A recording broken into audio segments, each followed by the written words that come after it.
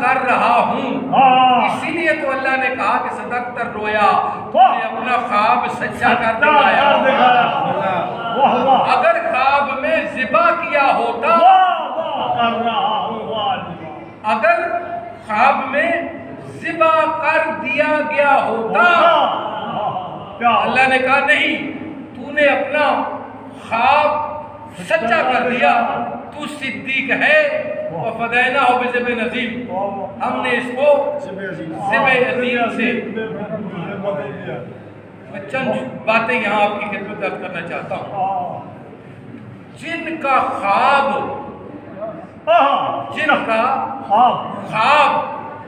عام انسانوں کے خواب سے جدا ہو، آج کوئی انسان اگر خواب دیکھے اور خواب دیکھنے کے بعد دیکھے کہ اپنے بیٹے کو ذبح کر رہا ہے، تو چھری لے کے بیٹے کے طرف جائے گا تو بیٹا راضی ہو جائے گا، سارا جہان کہے گا کہ یہ پاگل ہے۔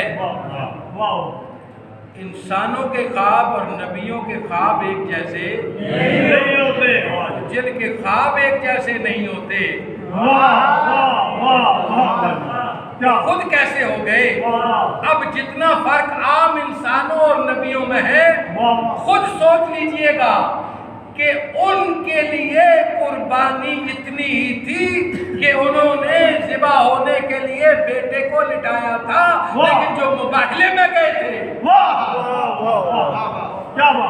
جو مباہلے میں گئے تھے، اس حسین آقا کی شان ہی بالکل اور ہے۔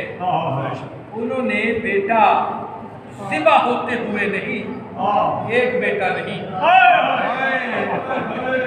میں چند منٹ اور آپ کو زحمت دینا چاہتا ہوں، زیادہ مسائل نہیں میں پڑھ سکوں گا، انفسنا پہ بات کرنا چاہتا ہوں۔ نفس رسول کہا اللہ نے، اللہ نے کہا نفس رسول ہے۔ نفس کیا ہے؟ اگر آپ کائنات کو دیکھیں، پوری کائنات اسی طرح جڑی ہوئی ہے، ایک اس کا جسد ہے، ایک اس کا روح ہے۔ روح مکمل طور پہ لطیف چیز ہے اور جسد مادی چیز ہے۔ مادے کو لطیف چیز سے جوڑ دینے والی چیز کا نام کیا ہے؟ نفس ہے۔ درمیان میں اگر نفس نہ رہے تو پھر روح ہے، جسم ہے۔ بارلہ یہاں پہ نفس کیوں کہا تو نے؟ کوئی اور لفظ کہہ دیتا، آواز قدرت آئی کہ توحید کا جھگڑا ہے۔ جھگڑا کس کا ہے؟ توحید کا ہے۔ یہ دونوں میرے برابر کے گواہ ہیں، یہ دونوں میرے برابر کے گواہ ہیں۔ لا الہ الا اللہ محمد رسول اللہ اور علی ولی اللہ۔ جس طرح اگر انسان کے اندر سے نفس نکل جائے باقی کیا بچتا ہے؟ مردہ ہے، چونکہ روح اسی وقت جدا ہو جاتی ہے۔ یاد رکھیے گا، انفسنا کی آیت قیامت تک کے لیے دلیل ہے کہ جب محمد رسول اللہ کہنا ہے، اگر نفس رسول کو ساتھ نہیں کہو گے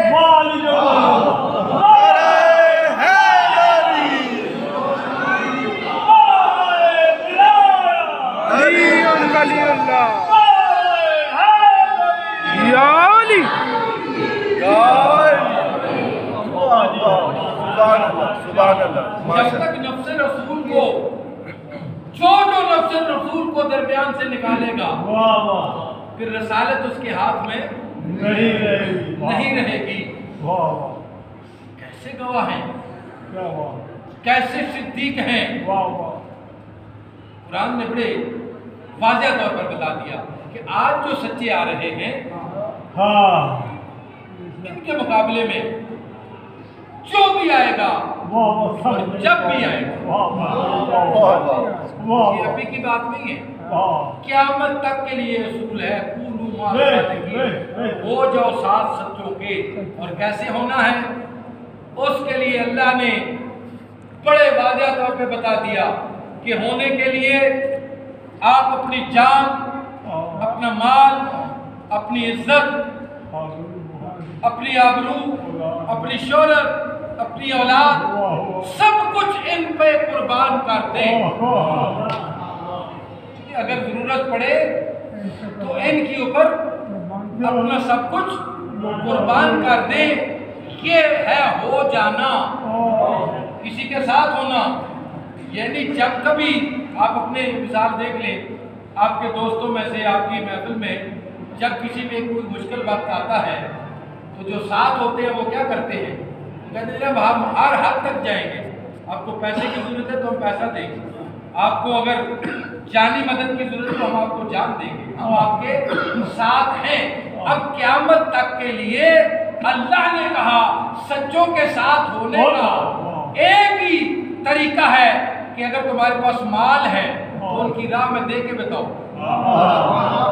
اگر تمہاری اولاد ہے تو ان کو ان کی راہ پہ چلاؤ، اگر تمہاری عزت ہے تو ان کی وجہ سے ہے، اپنی عزت کو ان کی عزت سے مقدم نہ کرنا۔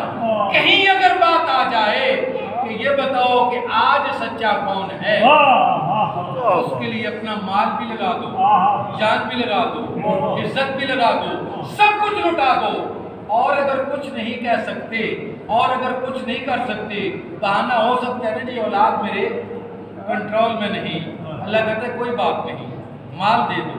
کوئی کہہ سکتا ہے کہ مولا میرے پاس مال بھی نہیں، اچھا خود کھڑے ہو جاؤ، مولا میری اتنی جرت نہیں، میں تو بستی میں اکیلا ہوں، تو آواز قدرت آتی ہے، دل میں تو ان کی محبت رکھ سکتے ہو،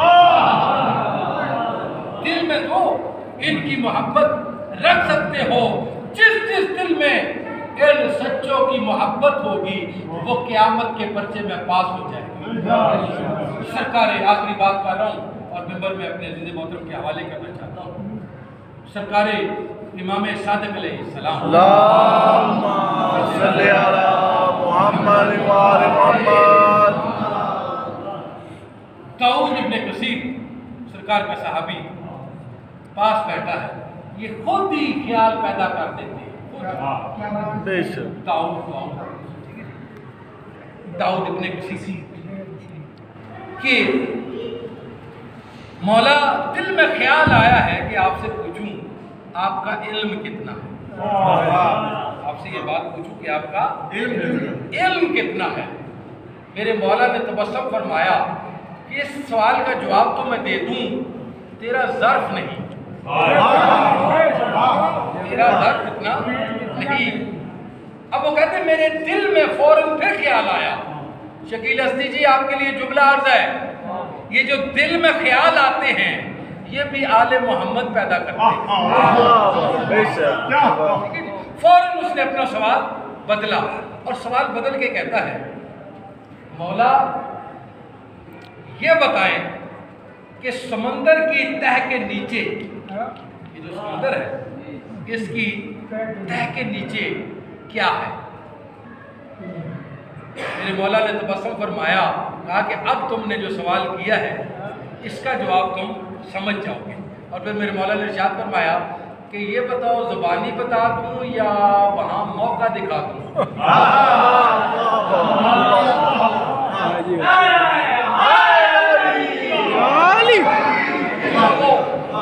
موقع دکھا دوں۔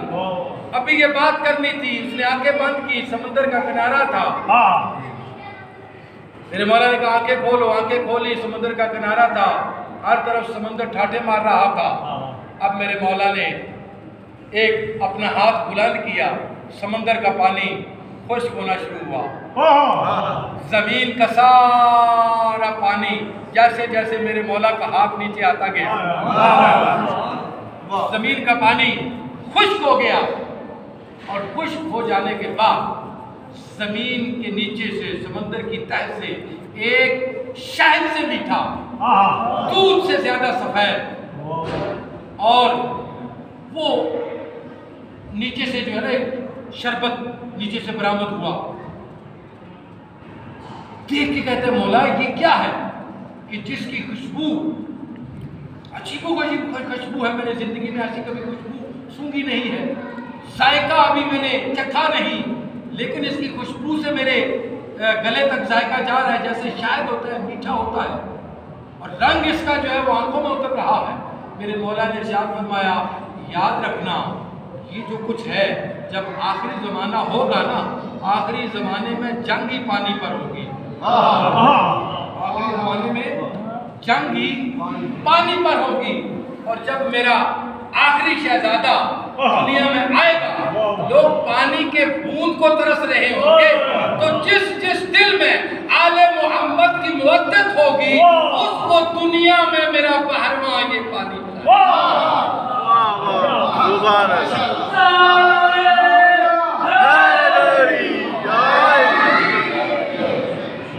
دنیا میں جس جس کو بھی جام کوثر پینا ہوگا آخری مولا یہ بلائے ختم کر دیں گے، جو بھی وقت ہے ہو گیا، لیکن میرا جی چاہتا ہے کہ میں صرف دو جملے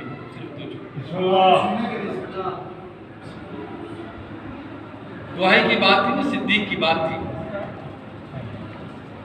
آپ نے بہت سارے مقررین سے واعظین سے یہ باتیں ساری سنی ہیں، لیکن بڑی عجیب زاویے سے میں آپ کی خدمت میں یہ صرف دو جملے عرض کروں گا کہ جب دربار سے بی بی پلٹ کے واپس آئی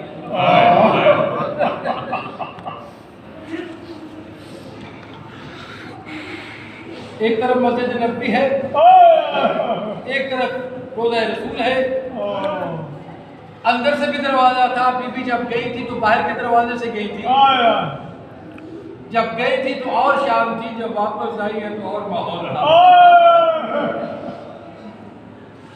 اداروں بی بی جب بیت شرف میں داخل ہوتی ہے، جناب امیر کائنات نے اٹھ کے بی بی کو سلام کیا، سلام کے بعد پوچھا کہ بی بی میں یہ کیا حالت آپ کی دیکھ رہا ہوں؟ تو بی بی نے جو دو تین درد بھرے جملے کہے ہیں میں وہ آپ کی خدمت میں عرض کر رہا ہوں، مجھے اس ڈیٹیل میں نہیں جانا کہ دربار میں کیا ہوا کیا نہیں۔ عزاداروں شریف ذاتیوں کے لیے اتنا ہی کافی ہے، بی بی نے رو کے ایک مرتبہ کہا کہ علی جانتے ہو آج کیا ہوا؟ اس دربار میں کہ جب کبھی میں جاتی تھی بابا کھڑے ہو جاتے تھے، اس دربار میں عزاداروں شریفوں کے لیے جملہ ہے، بی بی رو کے کہتی ہے اس دربار میں بھی موجود تھی، لوگ اونچا چیخ چیخ کے باتیں کر رہے